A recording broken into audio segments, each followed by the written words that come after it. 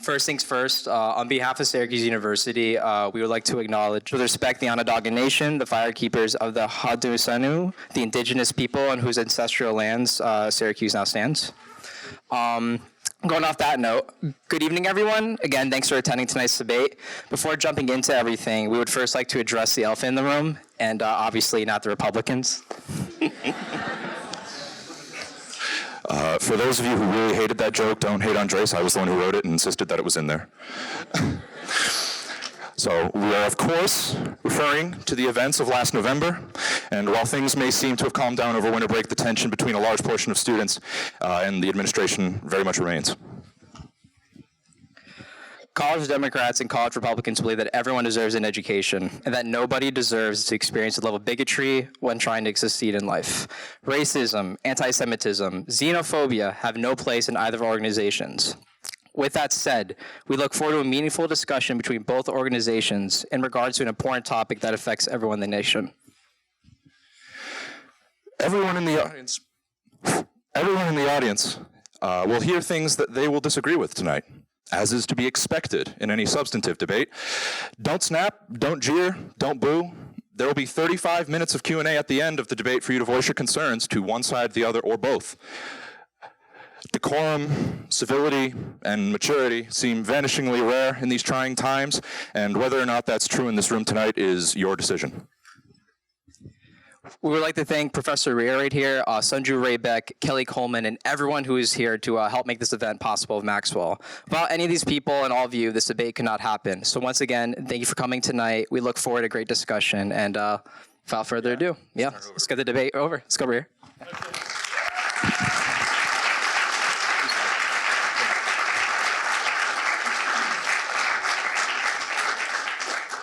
That's the way I'd like our department meetings to start every time. Let's go, Rear. All right. I want to congratulate, first of all, Andres and Rhodey, and also the rest of the college Democrats and Republicans for organizing and preparing for this debate. It took them a lot of work. And this is the third of these debates in 3 years, and I am now really quite optimistic that they have become institutionalized at this point, and they're going to continue. And these kinds of debates are the first of their kind that I can remember in my 28 years at the university. So I just want to take a minute to thank them and to acknowledge them.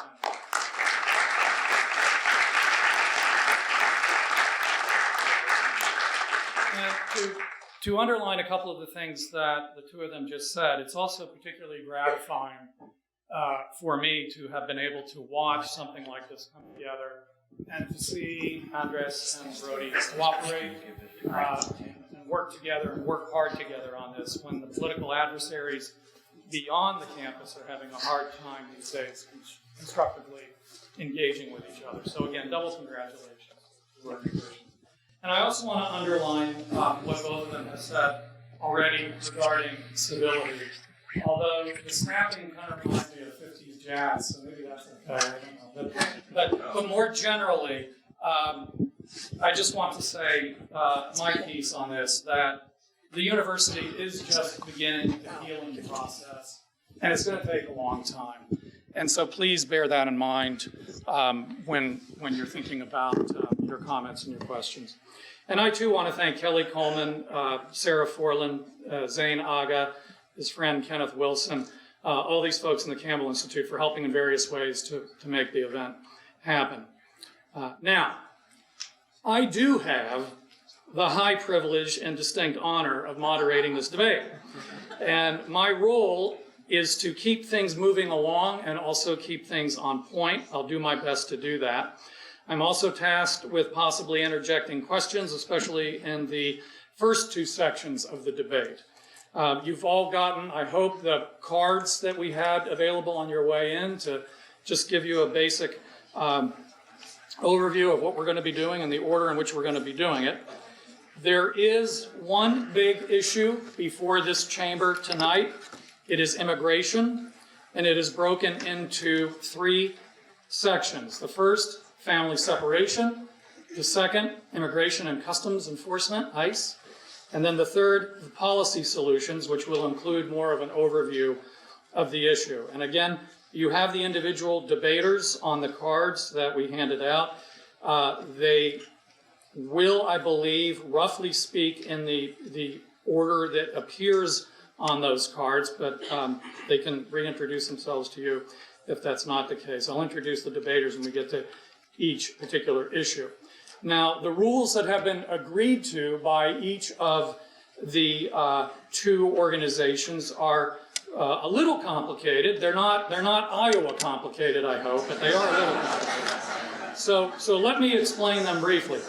For the first two sections, family separation and ICE, each of which will last approximately 20 minutes, there will be one 3-minute opening statement per team, and then there will be a free-floating rebuttal period for about 14 minutes in which I might or might not interject questions depending on what questions they have of each other and what points they want to make back and forth. And then in the policy solutions and overview section, and we are allotting more time for this, 35 minutes, there will be one 5-minute opening statement per team, and then 4 alternating periods of rebuttals from each team, a little more formal on the rebuttals there in the last section. And again, I may or may not interject questions. And then that will leave time for 2 6-minute concluding statements. At that point, certainly last but not certainly least, there will be 35 minutes or so of where you get to get involved, the audience questions. And if possible, if you have a question, direct it to one team if you can, rather than the general group. And then they can stand up and respond to those. We'll have 2 mic runners for that, so please raise your hand and I'll try to call on 2 people at a time at that time point. And then afterward, I just want to remind everyone that there will be, and where's Kelly here? I'll double check, I'm not getting this wrong. Okay, I'm going to say this. If not, you can come and get after me later, but there will be a reception at the end outside with food and non-alcoholic drink, and we can continue the conversation we start here. There. Sorry about that. Chancellor might be watching. All right, so the first topic, let's bring the debaters up for the first topic in the immigration debate, which is family separation. We'll have a coin flip to see who wants to go first. And the debaters on the Democratic side are Ty Gugerty, here's Ty, and Rhiannon Cabot,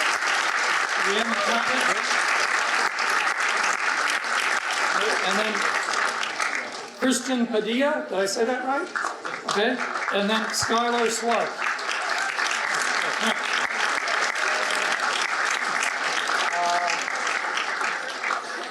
We'll let you call the coin flip, and then if whoever wins can decide whether they want to go first or second.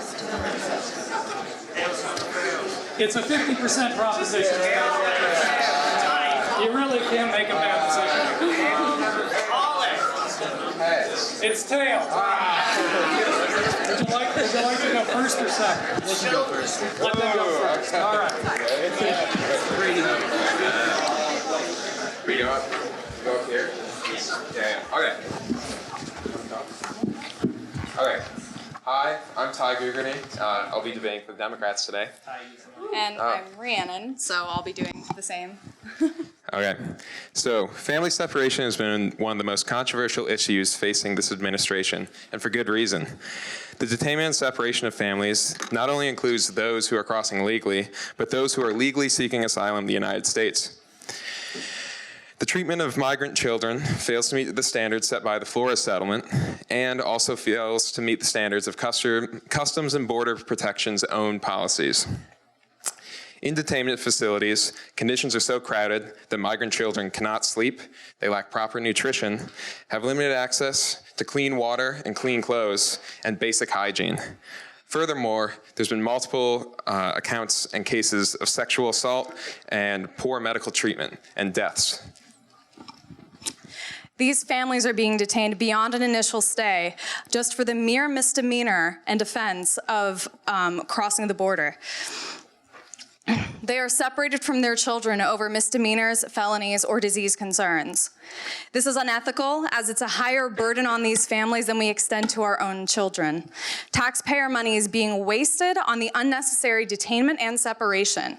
Additionally, we must acknowledge our own government's responsibility in enabling and creating situations in Latin and South America that have led to the migration crisis we see today, such as the shock doctrine policies implemented in South America and the defending of the reduction of policies that were essential to mitigate the societal pressures that lead to mass migration. Family separation must be reserved for cases of abuse or neglect. We must reunite separated children with their parents and allow case-by-case evaluation before these children are forcibly separated from their families by a justice. And finally, we must return children with their parents upon their parents' deportations, not months later. Thank you. All right, thank you very much.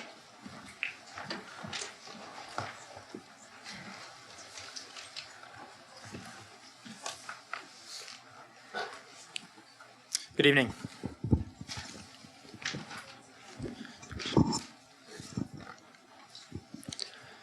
The left and a good portion of the media have painted the Republican Party as an institution that is anti-immigrant, heartless, and cruel. But this simply isn't true. As the son of an immigrant myself, I can plainly see that the Republican Party is an institution that fully supports legal and lawful immigration. Democrat leaders have exploited Americans' good nature and morals to make Republicans out to be the bad guy. I think it is worth saying at the outset that we are not here to voice support for the separation of families. In this country, laws are meant to be upheld and obeyed. That's why my family decided to move here. It is important for potentially immoral laws to be updated, turning them into moral and rational laws by our legislators. It is the responsibility of Congress to make laws in this country, not the courts and not the president. We don't support separating families, but we are the party of the rule of law, and under the current law, this is what happens. Republicans are the ones that have made the effort to change and renovate these laws to create a more effective and efficient immigration system that have time and again been shut down by the left. Thank you. There is no specific written policy in place that demands children be separated from their families. This has unfortunately happened as a natural consequence of federal justice regulations combined with two major court decisions, Flores v. Reno in 1997 and Flores v. Lynch in 2016. Both cases enforced the ruling that minors cannot be held longer than 20 days. In April of 2018, then Attorney General Jeff Sessions announced a zero-tolerance policy in which illegal border crossing now is treated as both a civil and criminal offense. This policy enforced the rulings that were already in place and made these problems more obvious to the public. President Trump then passed an executive order on June 20th of 2018, reversing his zero-tolerance policy. President Trump also attempted to modify the Flores v. Reno settlement so that minors would not have to be transferred to different facilities from their parents, but this was shut down by the courts. Federal justice regulations make clear that children cannot be held more than 20 days, and children cannot be held in adult detention facilities, hence causing the problems surrounding family separation.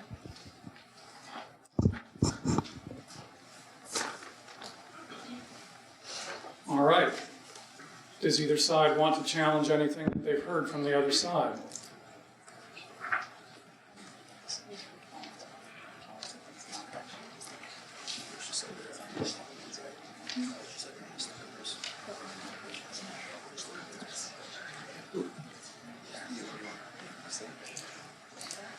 Oh, yes? Yes, go ahead and stand and get your microphone.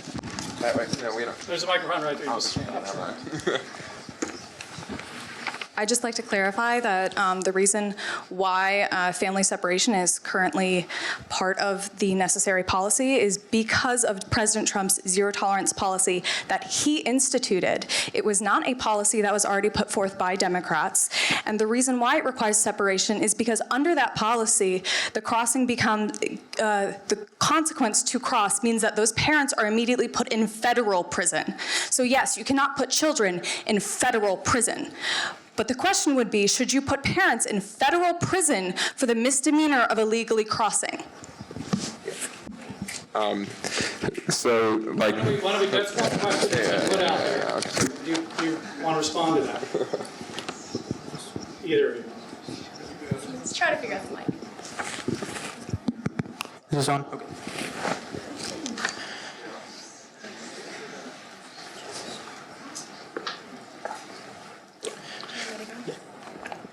First, I'd like to clarify that President Trump did pass the zero tolerance policy, but within 2 months, he also went back on that policy and tried to fix all of the problems that it caused.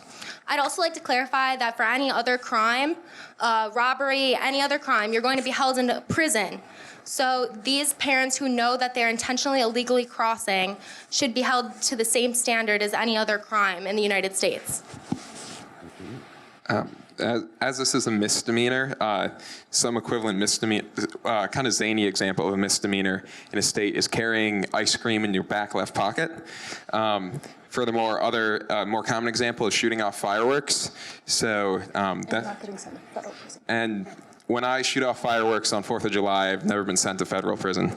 So I think that a misdemeanor doesn't warrant necessarily the level of detention that is being given. Just to be clear, the zero tolerance policy was simply an amplification that Trump put forward. There was already illegal immigration laws, so he didn't instrument this all by himself. It was something there. It was something merely to enforce a law that was already there.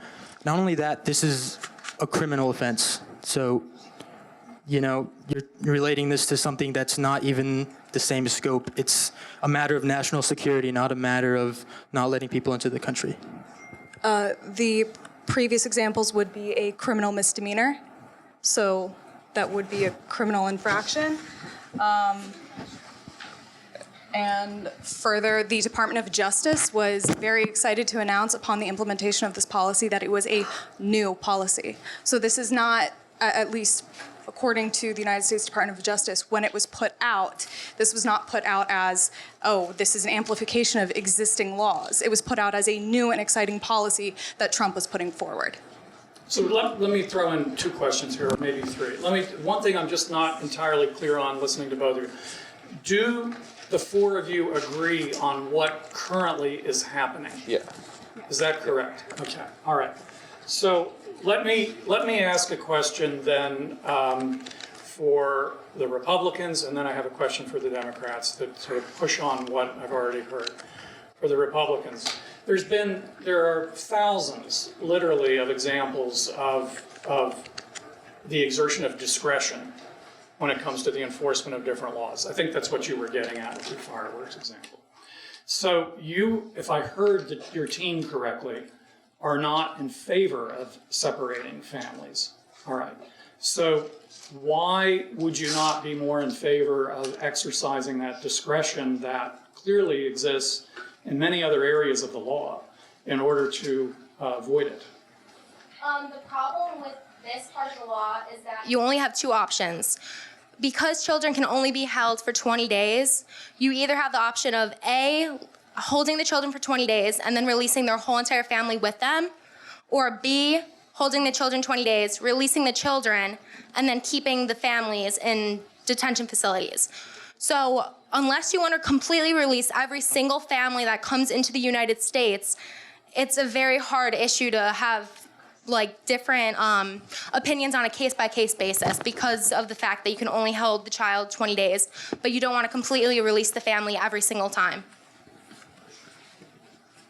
Do you folks want to respond to that? The Democrats want to respond to that? I'd just like to respond and clarify that while policy may state that a child can only be held for 20 days, there are cases after the zero tolerance policy ended of children being kept for months. In fact, there was a case of a girl who was kept 5 months after her father was deported in the state of New York. Her father was her only family. She's from Honduras. And she was kept here 5 months, not 20 days, 5 months after his case had already been decided and he had been sent back to Honduras. So I'd like to clarify that while policy may state 20 days, the reality is not that. So you're making the argument that, so you're not really refuting what the law is, and that's not what we're doing. We agree with you completely. It should be 20 days. So what you're arguing is the system should be made better, and we completely agree with that.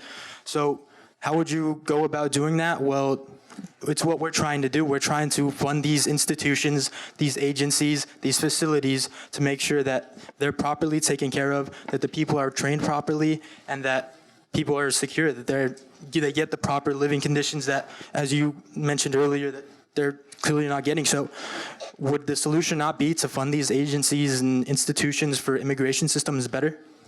My concern is that under the current practice of these agencies, it's very secretive. It's difficult for the American public to hold them accountable. And so with our inability to hold these agencies accountable, I don't see how we can put our full trust in an agency that isn't able to meet the standards of its own requirements. They're not meeting their own standards. The protocols that Border Patrol currently has in place are not being met.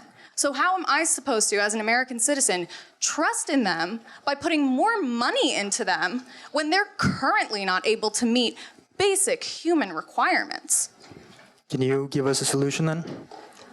The solution that I would give is, number one, we don't need to detain even close to as many of the migrants as we currently are. Asylum seekers, over 98.5% of them make their court appearances upon being released. We are detaining asylum seekers that do not need to be detained. And that's, if you want to source, that's Syracuse University's own track system, which is a really cool system, by the way. So let me go ahead. I got a question for the Democrats, but you go ahead. That's all right. It's good. Go ahead. So, I mean, we're still not disagreeing. I think we're still on the point that you just don't want all illegal immigrants to be detained. Is that right? I just want to clarify. I'm not arguing that there should be no vetting process or detainment. What I'm saying is the current level of detainment that we are seeing is unnecessary. It's costing us unnecessarily. And so we can roll back the people and the number of people that we are detaining. And I think doing that would potentially allow for the funds to go in better places before we start increasing funds to these agencies. So let me ask a follow-up question then that gets it right at what you're saying then. So the Democrats' position is then no family separation whatsoever, or having it done in a different way that you're sort of setting forward the areas that would fall outside of where you would think it would be acceptable to have family separate. Right. Which one? So definitely not a complete zero family separation. Obviously, there are going to be cases of abuse and neglect, just like we have for our own citizens. We separate families in the United States all the time because they are not meeting the standards for treatment that we require out of parents. So when a parent is unable to meet those standards of treatment, then yes, I would encourage family separation in those instances. Okay, but not as part of the enforcement of a border then. That's beginning to sound more like a social welfare kind of decision that's made by the state. Is that what you're, is that where you are? So, like, for example, like asylum seeking should be processed in a quicker way. And that should, for especially asylum seekers, they shouldn't have to be separated from family members. And it's like she was saying, it's more for people who there is signs of abuse and they are deemed in contempt of the law for other reasons, like more egregious misdemeanors and crimes than just like violent felonies and other acts that don't rise to the level of just simply crossing the border. Okay, so I'm going to assume that later in the debate, we'll get to this point with the Democrats, that you will set forward your vision for border security as you think it ought to be done. But in this particular instance, is there a concern on your part that doing what you suggest might change some of the incentives for people thinking about trying to get into the United States illegally? And in particular, if they know that there's going to be an emphasis on not separating families, that might encourage them actually to bring children into dangerous situations in order to get here. How do you navigate that one? So I think using family separation as a punitive measure in order to discourage adults from crossing is abhorrent, because that is punishing the child, inflicting long-lasting psychological damage on the child for the mere purpose of trying to dissuade adults from making an adult decision. The fact is that this is not only affecting adults, and it's not just affecting the parents, it is affecting the children in these situations who are spending months away from anyone that they know by themselves. So no, I don't think that it's acceptable to use family separation as a punitive measure. You folks want to? No, I agree. I don't think it should be a punitive measure, but I mean, as we've been describing, it's 20 days that they're supposed to be locked or in facilities, and in that case, after they're kept there, they're supposed to be released to somebody who's the closest living relative. And if not, then licensed programs to take custody of these children, which, of course, it's an implication. Family separations in the American system happens every day when a criminal offense occurs. It happens every day. Someone commits a crime and they go to prison and they're separated from their child. Do we send their child to prison with them? No. In this case, they're being sent back where they came from. I think your partner wants to jump in if she needs a microphone. I'd also like to clarify that we're not saying that this should be used as a deterrent. We're saying our whole argument is basically that it's an unfair consequence of the law that is currently in place. So I don't think he's asking if it should be used as a deterrent. Rather, he's saying if it comes about that families aren't being separated, which under the current law isn't feasible in the first place, but if families aren't being separated anymore, then will there be consequences? Will people come in with children that aren't theirs trying to come across the border? Will criminals come in with children just so they can get across without being vetted? I think that's more the question that we're trying to answer. I don't think we agree that this should be used as punishment. And I think we have a couple minutes left. Is that right? So, okay. Any final thoughts before we leave this topic and move on to ICE? Either team. It sounds like there's some overlap here. Yeah. There's overlap here. Okay. Great. Thank you. Thank you. All right, for the ICE debate. For the Democrats, we have Lindsay Kobe.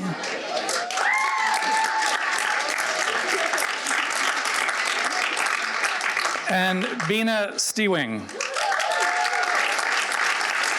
Did I get your last name right? Did I get your last name right? Okay, great. All right. And for the Republicans, we have Sebastian Burns.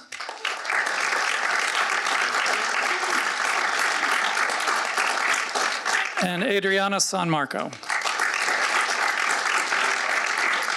right, now, we started last time, I believe, with the Democrats. That's right. The Republicans won the coin toss. So if we're alternating now, we will start with the Republicans here with their introductory 3-minute statement. Thanks.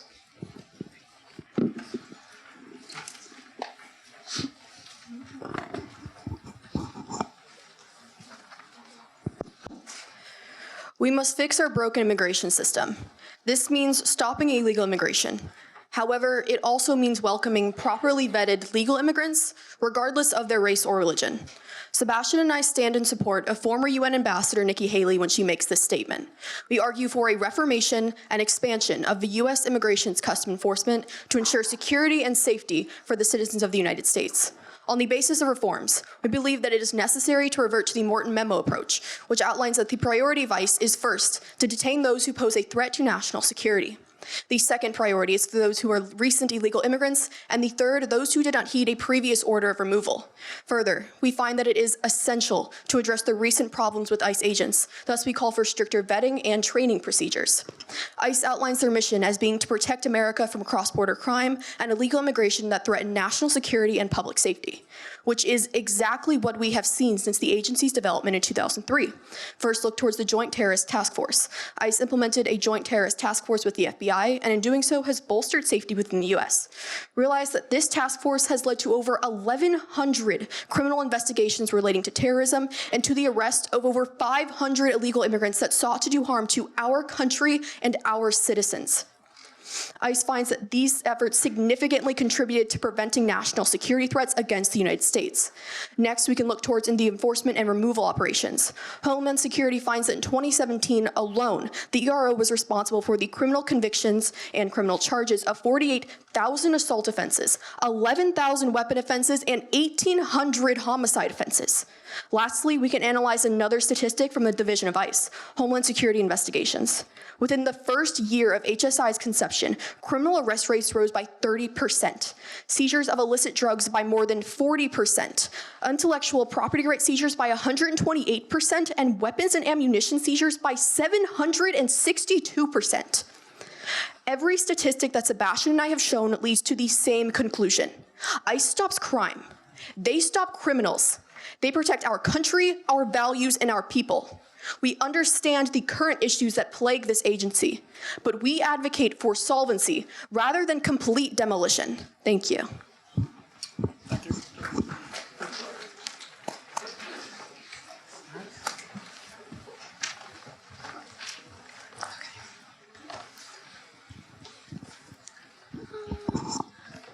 Hello and good evening. It is such an honor to be here, and thank you everyone for coming. Created in 2003 in response to the 9/11 terrorist attack, Immigration and Customs Enforcement was meant to protect Americans against future acts of terrorism. Under Donald Trump, ICE has gone way beyond the intended scope of their power to implement policies that cause severe harm to innocent people simply seeking security or opportunity for themselves and their families. The GOP has politicized undocumented immigration to stoke hatred and fear and gain political power.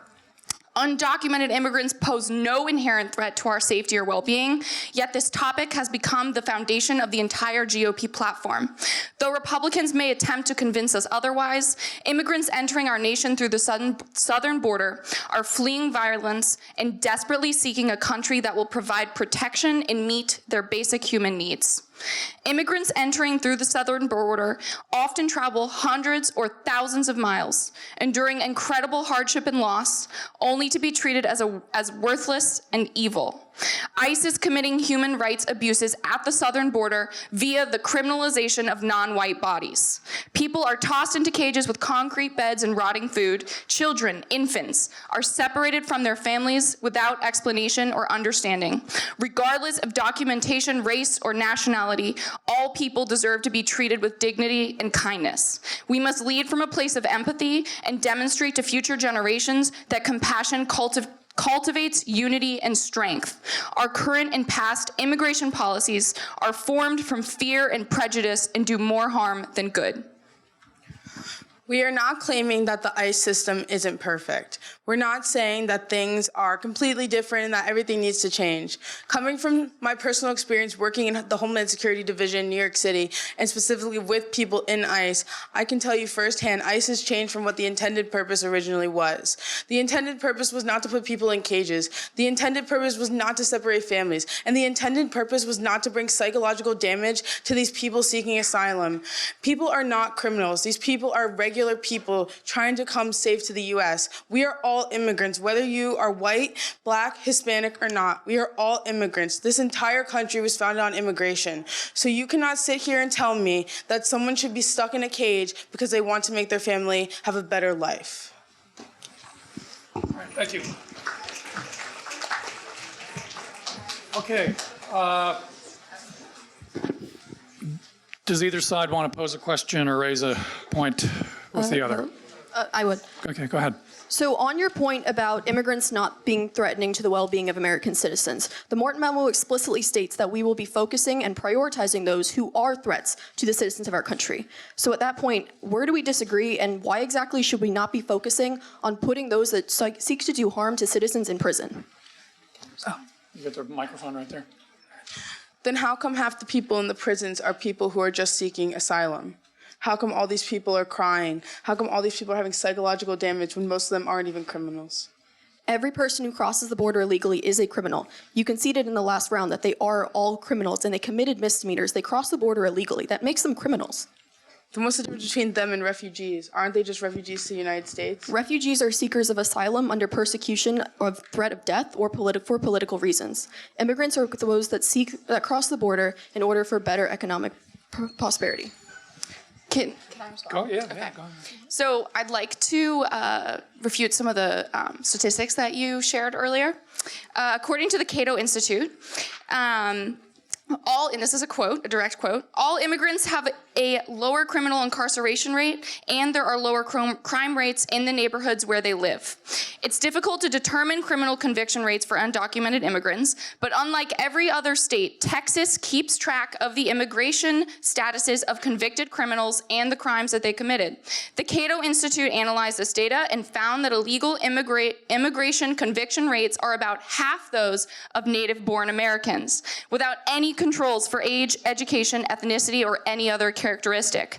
The illegal immigrant conviction rates for homicide, larceny, and sex crimes are also below those of native-born Americans. The criminal conviction rates for legal immigrants are the lowest of all. And so while there may be a few instances of violence occurring from undocumented immigrants, I would argue that we should focus more energy and resources on the crimes that are being committed by native-born Americans. That is exactly our argument, because when we say we want to revert to the Morton Memo, we say we want to focus on those committing crimes. So your argument is not a refutation, but rather it further supports ours, that we need to be giving a high priority to those that pose national security threats. We're in agreement here. So let me jump in on this about the statistics that the Republicans first set out and then that you commented on. What I'm getting then from the exchange here is that the Democrats, you folks aren't necessarily taking issue with those specific statistics, or you are? Well, I take issue with the use of the word criminal. Okay, all right, but in terms of the statistics on crime that they were quoting, you're not taking issue with that necessarily. What your counterpoint is that those numbers are either at or below the average for any random sample of the American population. I just want to make sure that's the back and forth there. Okay, and are you both then also saying that you are in favor of reforming and changing the way that ICE works rather than abolishing it? Am I hearing that correctly? That was a little murky to me for the Democrats. Where are you on that? I think what we're saying is that not that ICE needs to be completely abolished and that a whole new thing has to start up, but we're saying that there needs to be better precautions and better policies taken. Like, there needs to be better, these people need to be better taken care of. The way ICE is treating these people is inhumane. They're taking rid of their basic human rights. And anyone who steps foot on the United States soil deserves any rights that we all have in this room. Because All right, so I'd like to answer that with a couple of points. Firstly, we agree, and not necessarily with a radical change, but specifically going back to ICE's guiding papers of the Morton Memos, which were released in 2012, which do allow for officer discretion when it comes to deciding which people should be followed, who needs to be arrested, and who needs to be deported. It has a large number of the people who you talk about would technically be exempt under the Morton Memos, which would include people who come to the U.S. under the age of 16, those who are not above age 30, those who have continuously resided in the U.S. for at least 5 years before 2012, and all those who are currently in school, have a GED, or are honorably discharged veterans. This actually solves a lot of the problems because it also reduces significantly the number of people who you're taking in.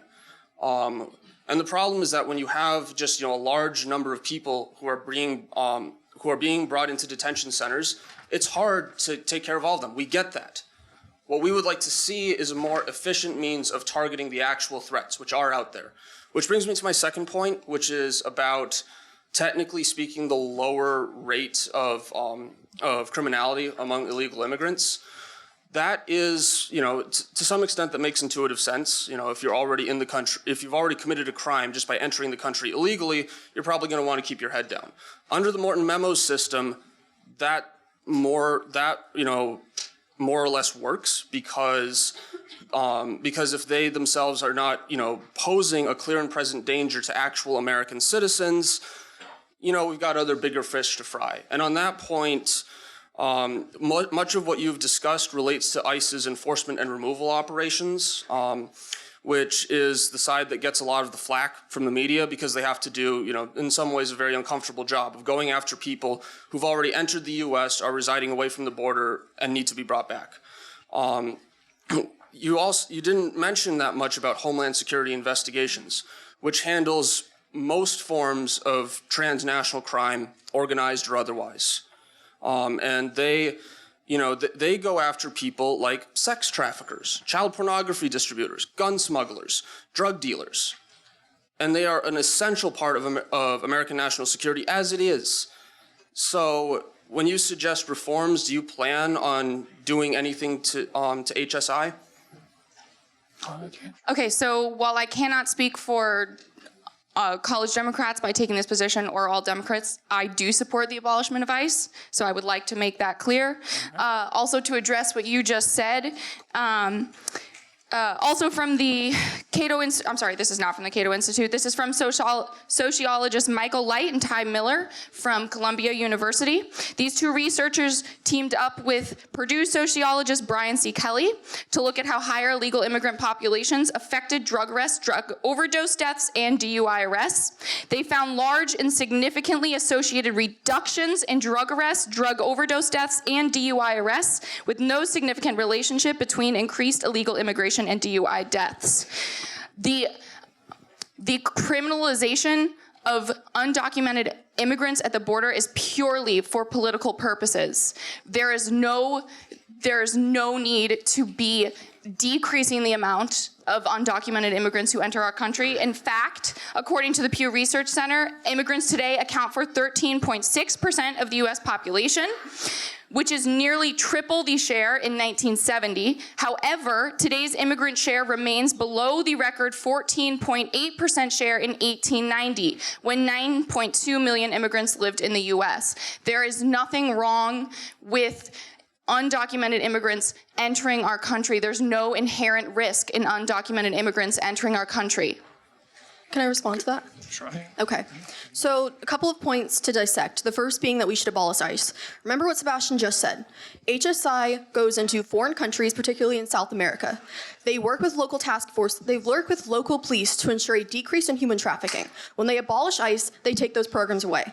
They ensure that human trafficking is allowed to increase. They ensure that weapons and ammunition crimes are allowed to increase. Remember what we said in our opening statement. We decrease crime.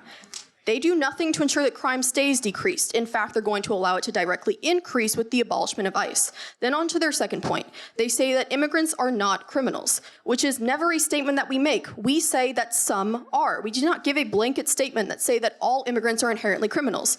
We say that we should be looking towards the ones that pose a threat to America, which is exactly what you do when you look towards the Morton Memo. We never really directly refute each other here. We're both in agreement that we should be focusing on actual criminals, not people that come into the country just seeking security. You guys said before anyone who crosses the border is a criminal. And then we gave a list. So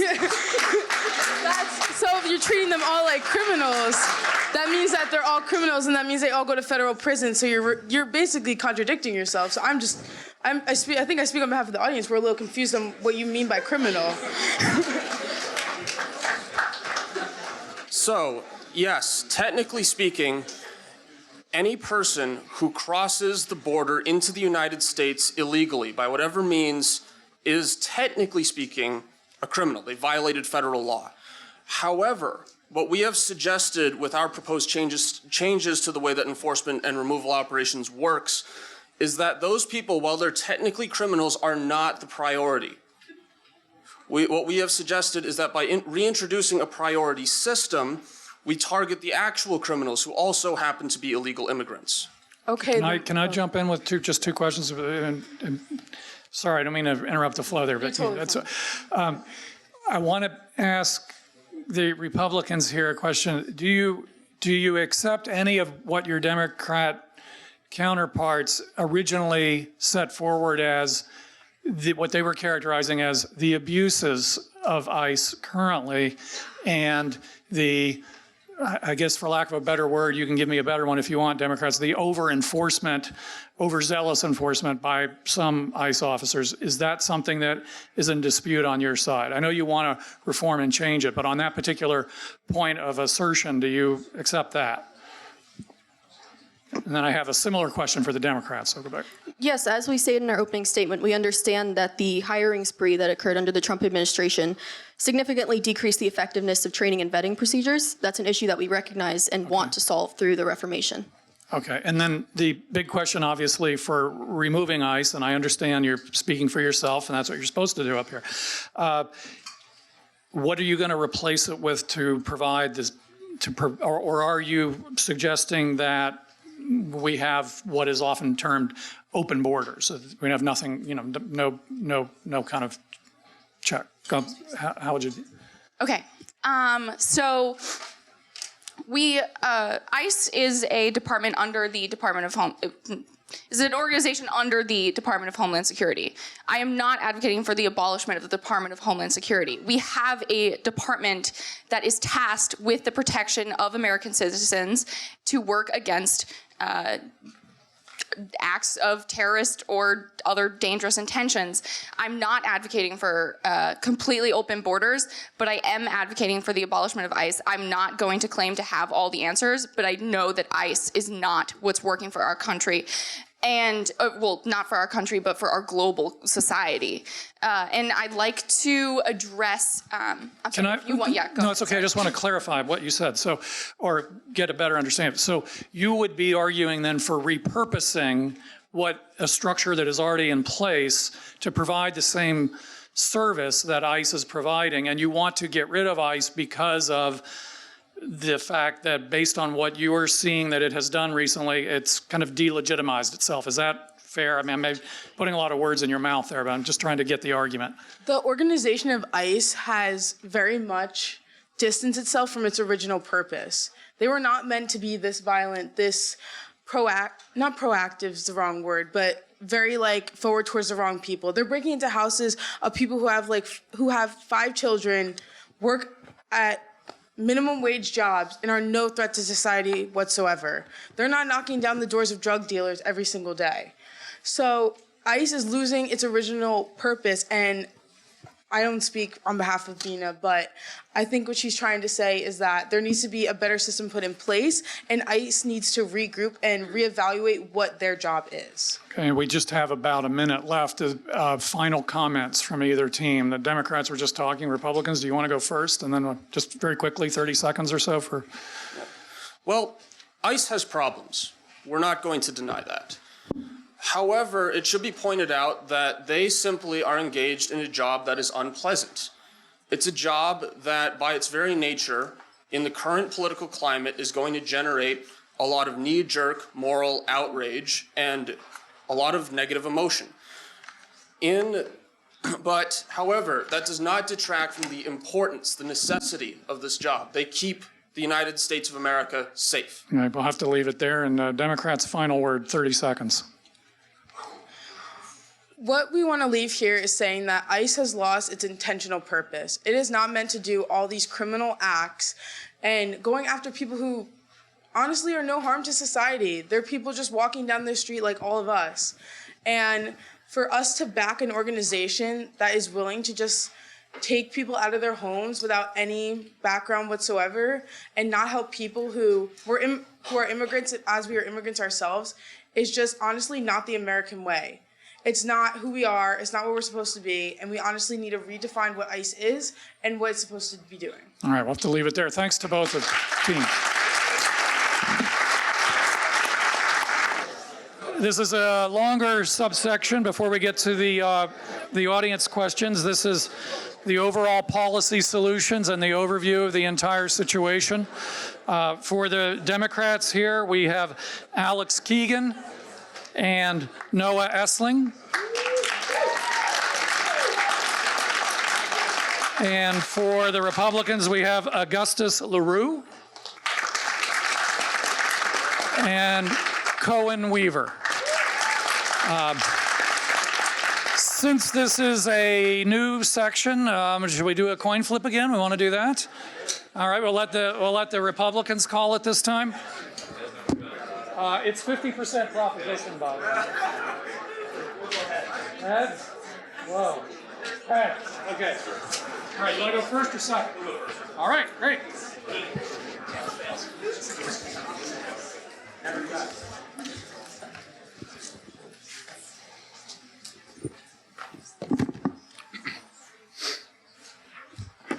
This country is in crisis.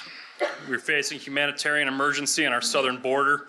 Millions struggle to escape the harsh realities of their homeland. Conditions in ICE detention centers continue to degrade. The situation grows dimmer, and in the words of the late Elijah Cummings, none of us would have our children in that position. But that is not really the crisis we're debating here today, is it? Because none of us are going to stand up here and say, yeah, this is fine. We, the Republican Party, want to fix our broken immigration system too. House Resolution 586, Fix the Immigration Loopholes Act, to reunite children with their families and de-incentivize illegal crossings. House Resolution 517, Fix Asylum Loopholes Act, to close asylum loopholes and give priority to those whose lives are directly threatened. H.R. 3442, to prevent foreign interference in elections by non-citizens. H.R. 2124, to create an easier path to citizenship for visa holders. H.R. 3855, S2778, all Republican bills written by Republicans, sponsored by Republicans, waiting for Democrat approval. The immigration crisis is not the source of contention here. The real crisis is that in the face of such a travesty, that only one side is willing to come to the table and find a solution. That to so many politicians in this country, the thought of having to work with a Republican is more reprehensible than having children trafficked to a foreign nation and then locked away. That said, allow me to lay out the current issue at hand. Current estimates by Yale University place the illegal immigrant population in this nation from anywhere from 16 to 29 million. And because citizenship does not reflect apportionment, I tell you tonight that regardless of whether they show up at the ballot box, the simple presence of this population serves as a major interference in our elections. Why are they here? Because states like California find it fit to pass laws extending Medicare to 138,000 illegal immigrants, while 130,000 of their own citizens are homeless on the streets. One of many sanctuary cities that also sees widespread exploitation of illegal immigrants via under-the-table jobs, while also undercutting the American worker. And yet, I've still said nothing about the drug trade, the vicious gangs like MS-13 that thrive on illegal immigrant recruitment. But on this stage today, we come armed with solutions. Voter ID laws, the end of sanctuary city law, or lack thereof, the revision and enforcement of labor laws to ensure worker citizenship, the equipping of law enforcement with the tools they need and mandating them to verify the citizenship status of those being placed on record. But to that end, we only solve one of two problems. That plan must include alleviating the monetary cost of immigration, upholding a merit-based system, and scaling back the waiting period on immigration. Anything that can be done to help immigrants without circumventing the law or sacrificing the general welfare of the nation, I assure you we are amenable to, just as many House Republicans have tried and failed. While time constraints prevent me from exploring these solutions with greater detail, I assure you we stand ready to discuss and defend them, however long our Democratic colleagues see fit. I'll take this time to remind everyone that we're debating the world as it is, not as it should be. I doubt that anyone in this room is experiencing this topic for the first time, but I'm willing to bet for many of you it's the first time hearing the Republican position out of a Republican's mouth. How else would the idea be cemented in so many people's minds that this somehow boils down to racism or xenophobia or Nazism? Why put in the effort to have an open mind when you can just slander your opponent and throw their ideas out the window just because they were different than theirs, or yours, rather? An unfortunate byproduct of our divided nation that I hope we can avoid tonight. And keeping that attention on the stage. The Democratic position stands at a crossroads right now. I urge this. Come to the table. Work with the Republicans. Swear to uphold the rules that your own party wrote and signed into law. Those of us standing with the Republicans make up a broad range of ideals, a testament to cooperation. I'll say that in my own personal view, that the United States, as the greatest country in the world, has a responsibility and a duty to help people. All people. But how can we help and support tens of millions of non-citizens when we can't even help our own people? Open borders is not an option. I don't know if that's where this is headed, but it's not an option. Not when we have millions of our own citizens that struggle to find work, be independent, hell, even just put food on the table.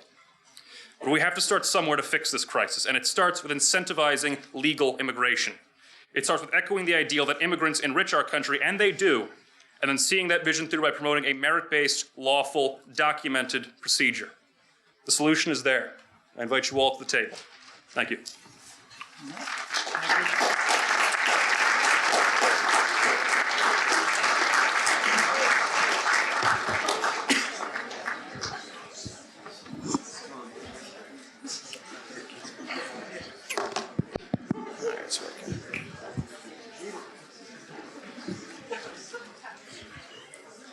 Hello, and welcome all to this debate tonight here on immigration.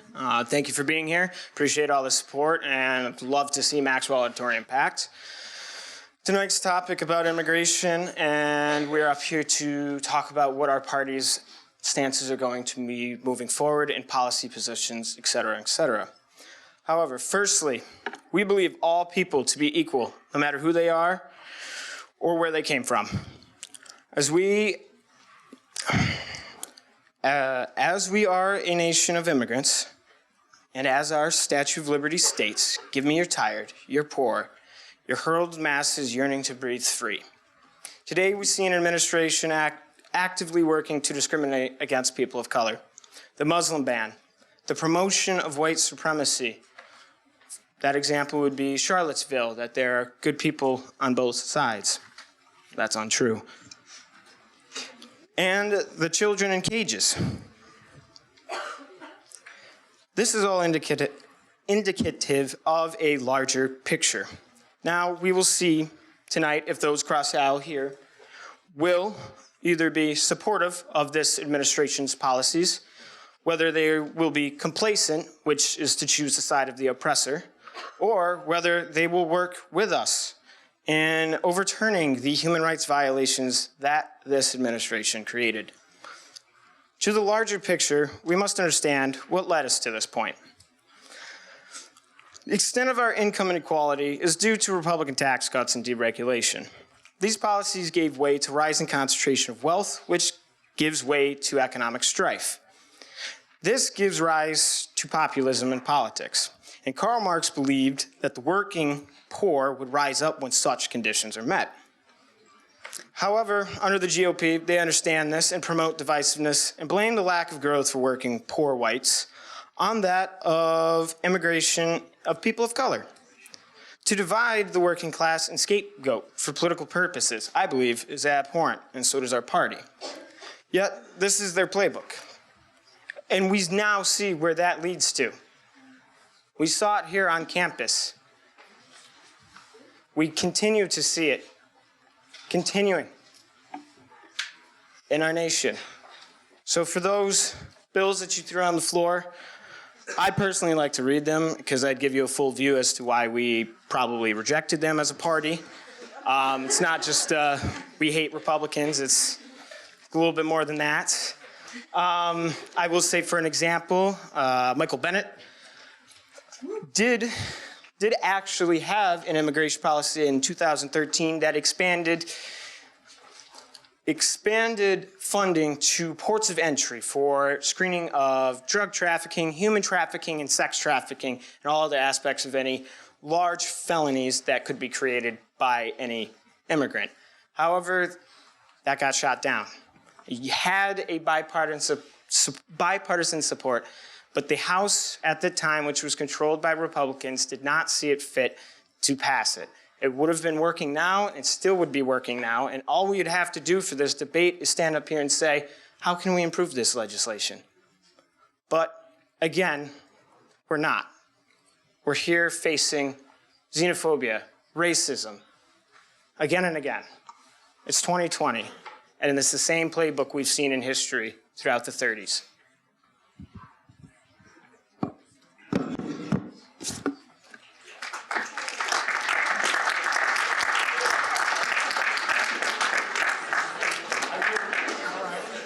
So we'll go back and forth with rebuttals. I have questions for both sides that I might interject at some point, but Republicans, do you want to go first? I think it's very telling when we start off the night already painting one side as being racists and, doing everything I said I hoped we wouldn't do in my opening statement, but, it's, I guess, to be expected. So, also fitting, actually, no, one of the things that's fitting is when we started off citing Karl Marx, very fitting because in both instances in Karl Marx and this opening statement, there's no feasible plan that's been set forward, nothing that we currently have any evidence will actually work or play out in the end. But then coming back to the first statement, I just want to throw that in there. But coming back to the first statement in regards to how the current systems in place are in some way support white supremacy or support racism. And I heard you mention the Muslim travel ban. So in the spirit of including statistics and including facts, which I think we've done a good job so far, we'll keep going. But I want to throw something else out there for you. There are about 2 billion Muslims in the world. You mentioned we had a Muslim ban. There are about 135 million individuals that are currently affected by the travel ban. Bear in mind, not all of those are Muslims. There are substantial Catholic populations, Christian populations rather, in those countries as well. And of those 135 million, 80 million of them are from Iran, whom we currently have tensions on the verge of boiling over with, of whom we're barring from this country to avoid any kind of visa overstays or avoid any kind of national security risk. Bear in mind, because again, and that's ultimately what I'd point out as well, is this travel ban is not barring everybody from the country. It is establishing a system wherein people cannot abuse the visa system and create an overstay, which is something we'd go on to discuss a little bit later. But to that same effect, I'd point out that 7 of the 19 9/11 hijackers used that same system. 7 of the 19 hijackers on 9/11 were visa overstays, a loophole that still exists today that the travel ban is looking to fix ultimately. So there, right there, we have national security as one reason.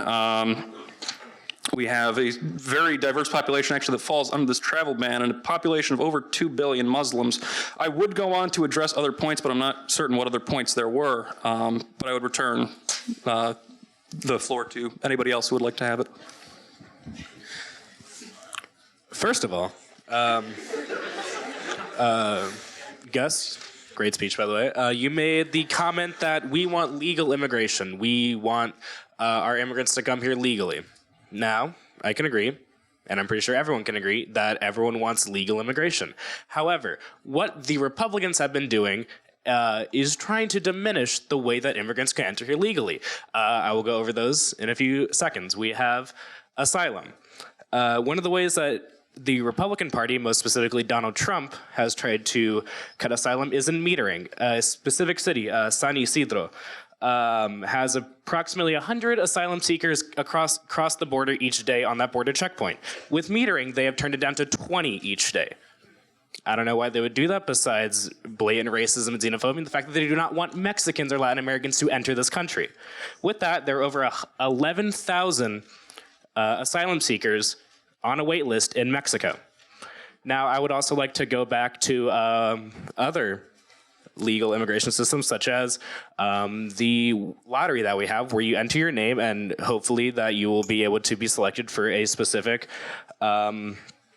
visa requirement in the United States. Through the Trump administration, they have lowered the amount of people who are able to accept lotteries in the United States. And there are many other countless ways which the Republican Party has tried to diminish the amount of legal immigration into the United States. Now, can we give it another reason besides the fact that the Republican Party, Donald Trump stated on the first day of his announcement for president that Mexicans are rapists? You could boil it down to blatant racism and xenophobia, and you know what? Yeah, I'm going to boil it down to blatant racism and xenophobia. Thank you. So it's easy to put labels on people when you mask the statistics behind libel and slander. So let's first look at actual asylum cases, because a lot of our Democratic counterparts like to claim that, oh, all these people coming over the border are these poor, downtrodden people, and their fear of persecution, and all of their claims are legitimate. So according to United States Citizenship and Immigration Services, which is a government agency, so we can all trust that statistic, in fiscal year 2016, there were 115,399 affirmative asylum cases. That means that the people claiming asylum were physically present in the U.S., regardless of their entry, whether it was visa or border crossing. Only 10% of those claims went through immigration, after going through immigration court, were found to be viable. So you're making policy based on, you're doing a blanket statement that everyone crossing the border each fiscal year, their asylum cases are true. And 10%, I mean, and I'm not saying all these judges, even the most liberal judges on immigration courts, maybe give on their docket an 80% approval rate, but it boils down to a 10% approval rate for affirmative cases. Then in terms of, where did we get to? Oh, we got to visas. So we talked about people in the United States on visas, but there are plenty of people. There are hundreds of thousands of people overseas, hundreds of thousands of people in one country alone who apply for U.S. green cards and U.S. visas. And the issue with that is when you prioritize people that are crossing the border illegally because it's more convenient for them, that they get priority over people who have waited 15 years to come to this country. I mean, we're talking about, there's the idea of stapling a green card to a diploma with an F1 visa. And there's 1.1 million student visas that are given out each year in the United States, but there's an 800,000 visa quota for just people who are overseas. So you're saying, screw you, you've waited 15 years, but because you came across the border illegally, violated US code, that you get priority. So that's one statistic. Sure, yeah. My main question is, then why the hell don't we change it from a 15-year waiting list to actually incentivize legal immigration so that we end this debate for it over, right there? So let me jump in on that. I am a little murky on what the Democratic policy platform is here. I have a good sense of what you don't like and why you don't like it. But can you say a little more about what you would replace it with? Well, first, replacing immigration, replacing the immigration system in the United States is obviously very convoluted. Obviously, there are parts that Democrats and Republicans don't agree on. But I can safely say this for most of the Democratic Party, that we see the current administration's views on immigration as basic infringements on human rights within the United States. Immigration and asylum is a basic human right set out by the United Nations in the United Nations Universal Declaration of Human Rights. And right now, we can see that the Trump administration and Republican Party policies in general are infringing on these rights. So there are many things I would like to be able to discuss with my Republican colleagues on here, on the stage right now, about how we should set up policies that would not infringe on these human rights. Well, let me jump back in again, because I still am really murky on this. So let me take the previous administration, okay, the administration of Barack Obama. All right, he was sometimes referred to as the deporter in chief. All right, for the deportations. So do you want to go, for lack of a better phrase, with more open immigration than was under the Obama administration? Where do you want to go with what you want to replace this with? Well, to your characterization, yes, we would like a more open system, okay. But I would not say that it's just open. We would also support laws and regulation within the immigration system. But right now, the instance of waiting 15 to 20 years, depending on the country that you're coming from because of the quota system that's set up, we see that as problematic. So firstly, increase the quota to to go up. Secondly, for those who are overstaying, provide a way or system for an extended work visa, so that way we can continue to take their taxes, because they still have to pay taxes because they get a tax ID number, and continue to let them contribute to our society in good faith. Obviously, if they are criminals, even though at writ large they commit crimes about half the rate, we still need to enforce laws in our society. But currently, the laws are written wrong. So I'm going to probe the Republicans in a minute, but can I continue my probe with you folks? Okay. So, in your vision of what would be a fair system that respects human rights, or I forgot the phrase that you used here, but are there would-be immigrants that you would want to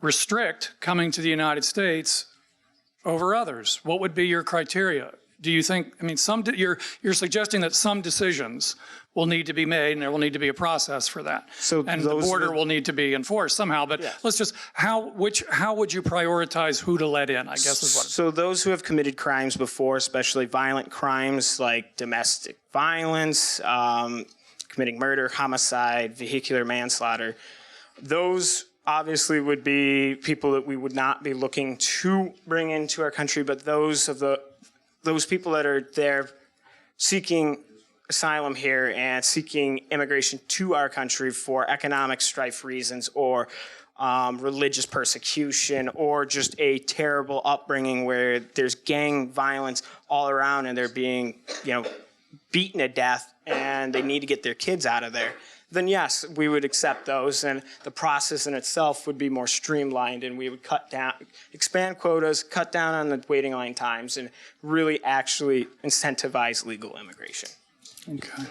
Before we get probed, there are a couple of points. I'm going to join the I'm Still a Little Murky Club, because in my opening statement, I made a series of statements regarding to the degradation of ICE facility conditions. I made a series of statements saying about how we need to reform the current legal immigration process.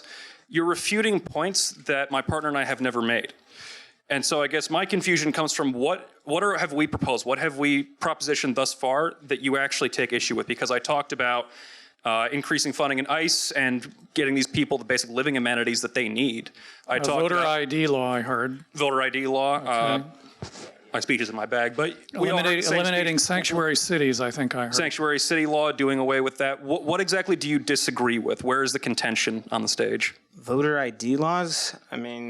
Did we not just have an entire civil rights revolution to get away from voter ID laws?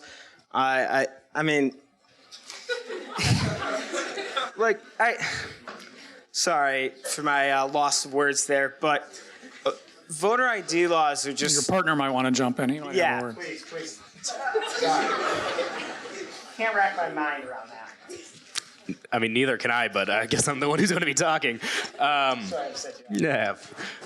Voter ID laws, basically, where can I begin to talk about why we should not have them? They're, I guess one place I can start is that voter ID laws are basically started because Republicans did not want certain people to be voting for them, so they basically decided maybe let's not let these certain people be able to vote at all.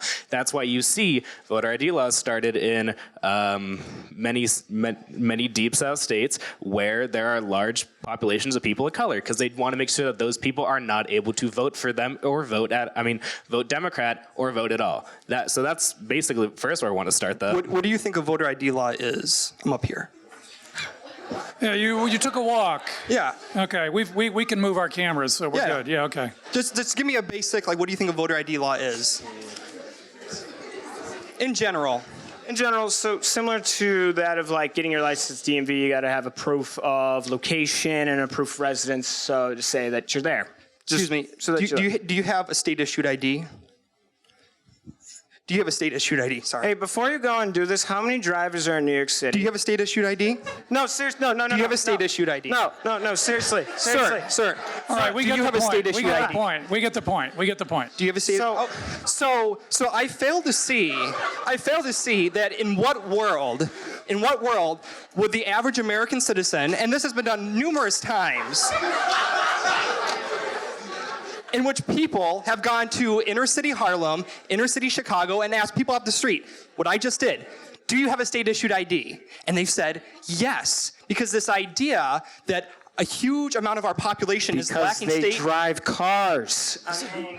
Well, I notice an odd parallel here, because as soon as there's any traction about getting voter ID laws on the books, what goes and happens is that Democratic legislatures then go and pass things like the New York State Greenlight Bill, which issues state-sponsored IDs to undocumented immigrants. And so in doing so, that leads to the possibility of more corrupted elections. So I'm trying to see kind of where your if you're talking about ideas coming from. I have to respond to the timekeepers and the prompts that they're giving me.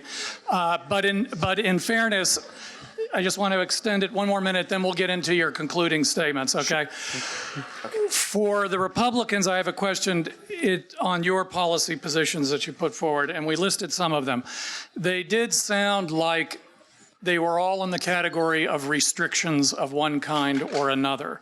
So I want to ask if there is support there among the two of you for a newer one that the Supreme Court has allowed to go forward for now while litigation is being considered, and that is a wealth test for people seeking a green card. Is that the way that you would want to sort out immigrants who want to come into the country? I mean, ultimately, the proposal that we would bring forth is a merit-based system. But define merit quickly. What does that mean? Merit, it would be the skills that one brings to the table. Skills? How well they would assimilate to the country. They're white. That's what he means. They're white. Question, is Canada racist? All right, there we go. All right, we're gonna get emails from Ontario now. Thank you for that. Because if you look at the Canadian merit system, it's high skilled labor, and it's those who are seeking higher education. And that's only what we're just advocating that is only one of the types of visas that we should be promoting. Instead of, because like in the U.S., if you're an undocumented immigrant, you can apply for a visa faster than if you are overseas. So what we want to do is we want to import overseas labor, people who have those high skills and have those educational pursuits from places like China. India has the highest rate of visa seekers. Okay. So areas like that. All right, we're going to move to the concluding remarks because we want to leave enough time for the audience to be able to ask their questions. So the Republicans started, correct? Mm-hmm. So why don't you start with your concluding remarks, and then we'll hear last from them. So go ahead, Democrats.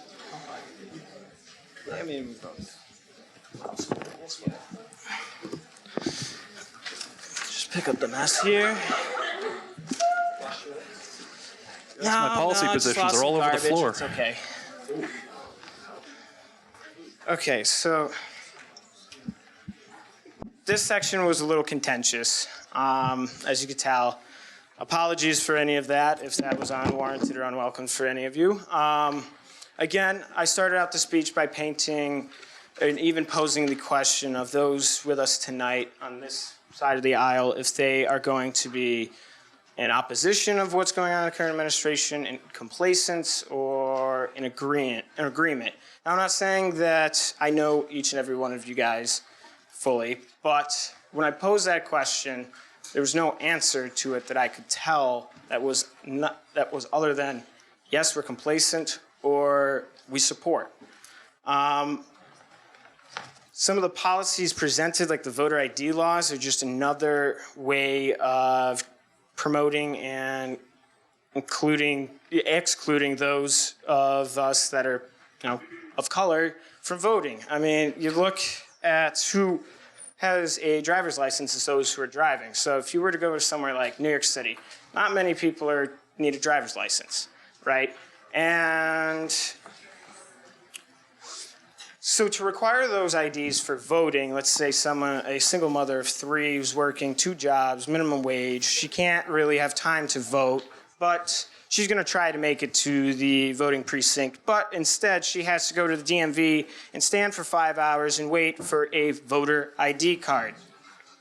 It's just yet another hoop to jump through to be able to allow those of us in our nation that are colored to vote. And it is in itself racist. I mean, look up the word in Merriam-Webster dictionary. I don't know what else to say.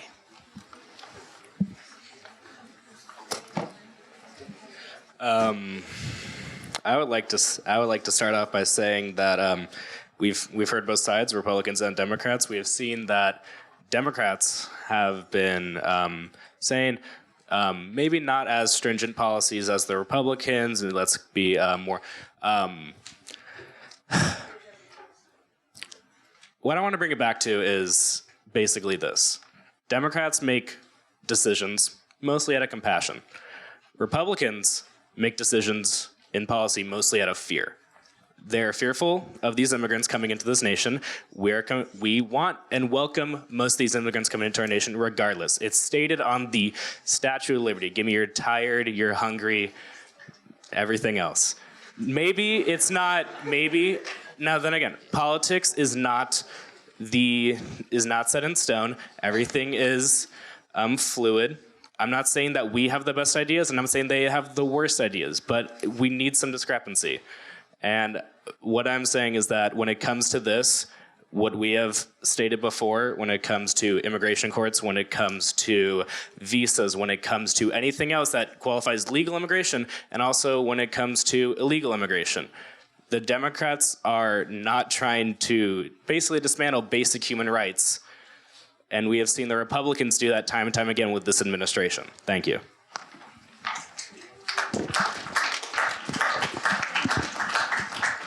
So unfortunately, I don't feel like we were able to discuss actual policies as much tonight because half the people on the stage came right out of the starting block with the same old adage that you see with any kind of immigration debate, is that I'm going to call you a racist, I'm going to call you a xenophobe, and we're going to base the discussion around that. So no policy, at least strict policy, was mentioned from our Democrats. And you said that we are that this is their conclusion. You said that we argue out of fear and you argue out of compassion. I agree, you argue out of passion, but we argue and base policy out of facts.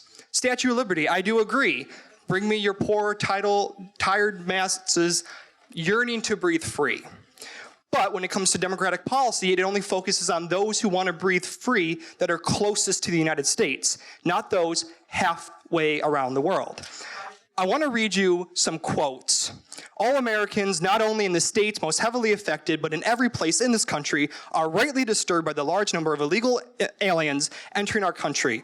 The jobs they might hold otherwise be held by citizens or legal immigrants. The public service they use impose burdens on our taxpayers. That's why our administration has moved aggressively to secure our borders by hiring a new record number of new border guards, by deporting twice as many criminal aliens as ever before, by cracking down on illegal hiring, by barring welfare benefits to illegal aliens, etc., etc. That is not the words of President Donald Trump, nor any Republican president. It is the words of President Barack Obama. Perhaps real reform means strong border security, and we can build on progress my administration has already made, putting more boots on the southern border than any time in history and reducing illegal crossings to their lowest levels in 40 years. That was by President Obama. I made a mistake. The previous one was by President Clinton. President Clinton, not Hillary, Bill. The American people are fundamentally pro-legal immigration and anti-illegal immigration. We will only pass comprehensive reform when we recognize this fundamental concept. First, illegal immigration is wrong, and a primary goal of comprehensive immigration reform must be to dramatically curtail future illegal immigration. And that was by Senate Minority Leader Chuck Schumer, Senator of New York. As you can see, illegal immigration and legal immigration is not a partisan issue, and it shouldn't be, but it has been made by hyperpolarization. For years, the Democrats have been on the side of what the Republicans are offering right now. We haven't even talked about the economic impacts of legal and illegal immigration. I agree. immigrants, whether legal or illegal, do provide some economic benefit. However, we do still see a $116.5 billion deficit, which accounts for, that's including the reductions in the tax money that undocumented immigrants pay, a $116.5 billion deficit in state and federal coffers because of unvetted illegal immigration. We acknowledge that there is a crisis on the border and that things must be done to curtail the any poor conditions in detention centers and the flood of illegal immigrants across the border every year, every month, and sometimes every day. We have offered actual policy that can be put in place. Policy including voter ID laws, because just like the SAT, raise your hand if you took the SAT or the ACT. Did they give you a photo ID, and did you have to present a photo ID when you took the exam? Yes or no? Yes. So we have more security in college admission exams than we do in the most fundamental aspect of the democratic process, voting. My time, thank you. We believe in providing a pathway to citizenship for those who have put in the time, who have done it properly, who have gone through the system.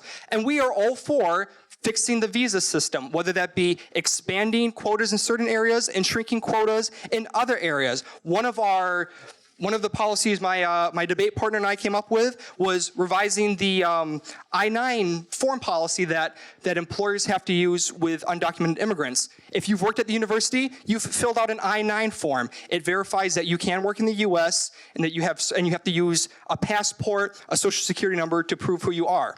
So, another policy that we're proposing is that employers who knowingly hire undocumented immigrants without an I-9 or who do not verify I-9 information should receive financial punitive consequences for hiring or for not verifying these I-9 forms. And we're not going to use these employers' testimonies, these employers' presentation of the lack of I-9s by undocumented immigrants to immediately deport undocumented immigrants. Instead, we will do like we do in any other case of eviction or what have you, give them proper prior notice that they have to leave the United States and that they can go through the court system to appeal if they want, because they are entitled to due process just as every other person in this country. They can use the court system, but at the end of the day, it's going to come out to law and it's going to come out to order.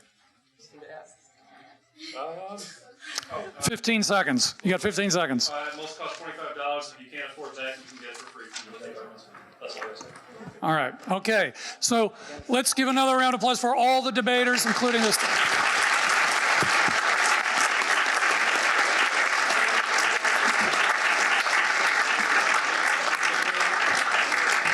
Okay, we've got about a half an hour for questions, and there's no way we're going to get to them all.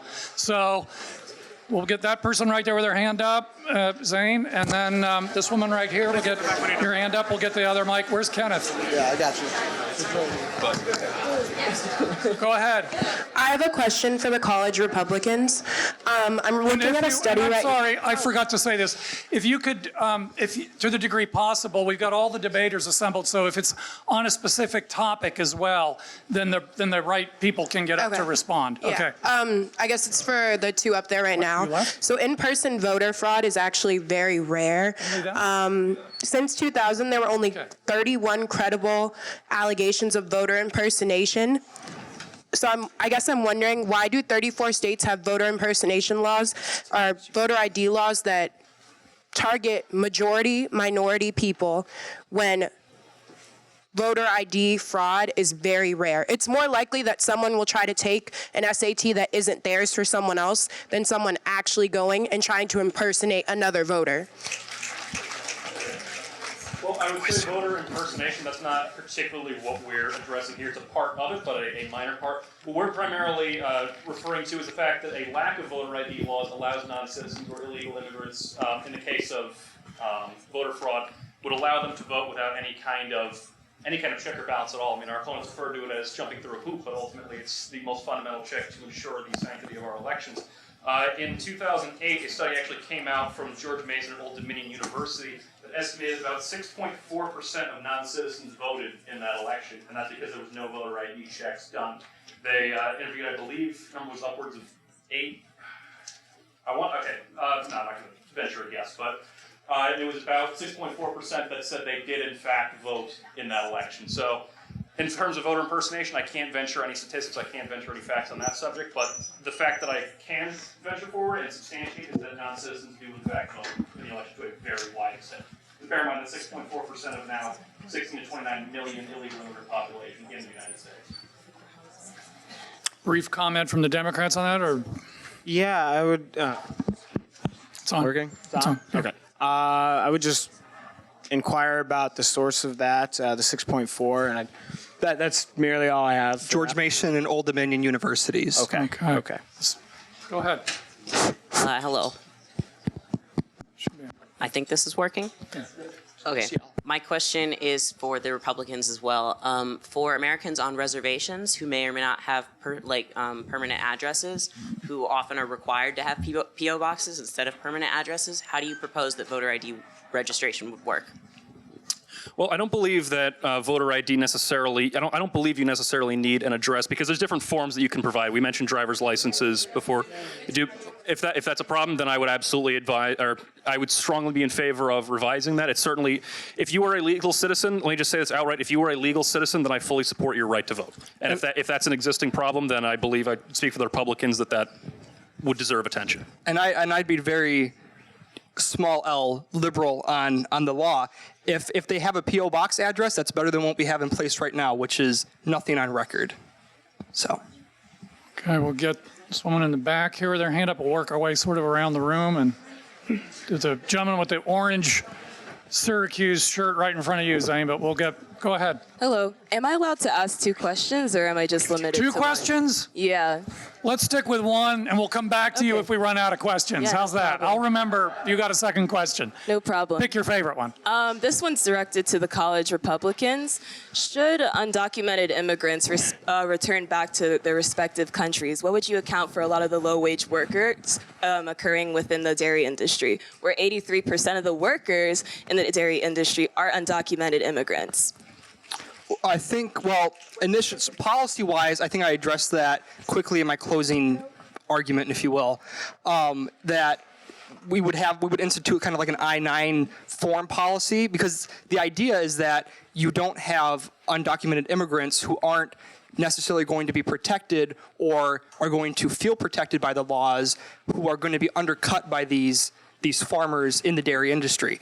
And I mean, really, it's a very, in my mind, it's a very complex thing, because I feel like there's always there's the talking point that undocumented immigrants are taking the jobs that Americans don't want.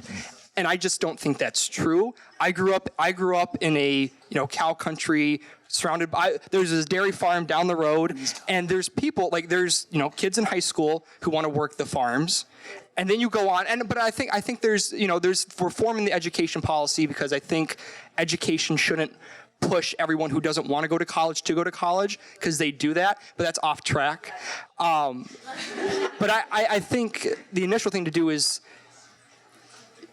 give them the ability to return to their home country. A lot of the labor in this country is ran by undocumented immigrants. The economy will go back.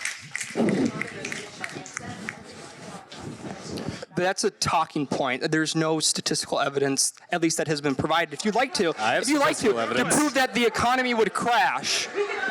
I would also venture forward the point that undocumented labor is oftentimes paid not just below the minimum wage, but far below the minimum wage.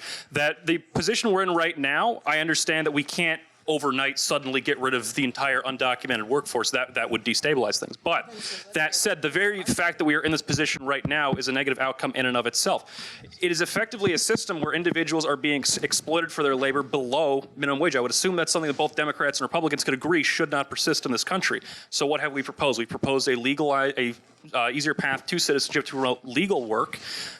We are promoting a revision of the I-9 program in order to avoid the continuation of the problem that we currently see in this country, while protecting the rights of everybody that's currently exploited in this current system. Okay. Get this gentleman here. Oh, okay. You got a quick response, and then we'll get you. Sorry, go ahead. I believe it was Michigan who conducted a study where they had